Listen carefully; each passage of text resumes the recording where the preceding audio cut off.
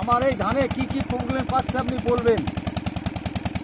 আপনি আপনার নামটা বলুন। আমার নাম মহাদেব সাঁতরা। মহাদেব সাঁতরা। আপনার গ্রাম? ফলেয়া। ফলেয়া, আচ্ছা। আপনাদের ডিস্ট্রিক্ট হচ্ছে কি?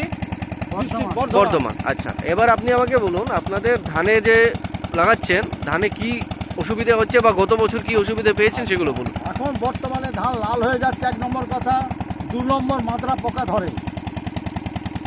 এটা কি এই তল্লাটে সবারই প্রবলেমটা হয়? সবারই ধরে, সবার প্রবলেম, সব চাষির প্রবলেম ধরে। এবং আপনারা কি করেন? ওষুধ দেন? ওই ওষুধ দিয়ে আমরা ওই কীটনাশকের দোকানে কীটনাশক গিয়ে দেন। এটা বলে ওরা যে ওষুধটা দিতে বলে সেটাই স্প্রে করা হয়। স্প্রে করেন, কিন্তু স্প্রে করলে তো কোনো লাভ হয় না। না, কিন্তু কোনো লাভ সেটা হয় তো না। আমরা বলতে পারছি না, সেটা দোকানদাররা যেভাবে ডিসিশনটা দেয় সেইভাবে আমরা সেভাবে আমরা। এবং আপনারা সেটা জানেন কি, যে যখন ধানের শীষ বেরিয়ে যায় তখন যদি ওষুধ স্প্রে করা হয় শীষটা পড়ে যায়, না, ওটা সেটা জানেন? ওটা আমাদের জানা নেই, ওটা জানা নেই। যেটা কিন্তু ওই সময় কীটনাশকের দোকানদাররা বলে যে আপনি এটা প্রেস করেন না, আপনার ঠিক হয়ে যাবে জন্য। কিন্তু আলটিমেটলি ঠিক হয় না, না, অনেক সময় হয় না। সাদা সাদা হয়ে যায়। অনেক সময় ওই কারণে ওষুধ দেওয়ার কারণে ধানের আপনার ফলন কম হয়ে যায়। ফলন কম হয়ে যায়, সাদা শীষ বেরোয়।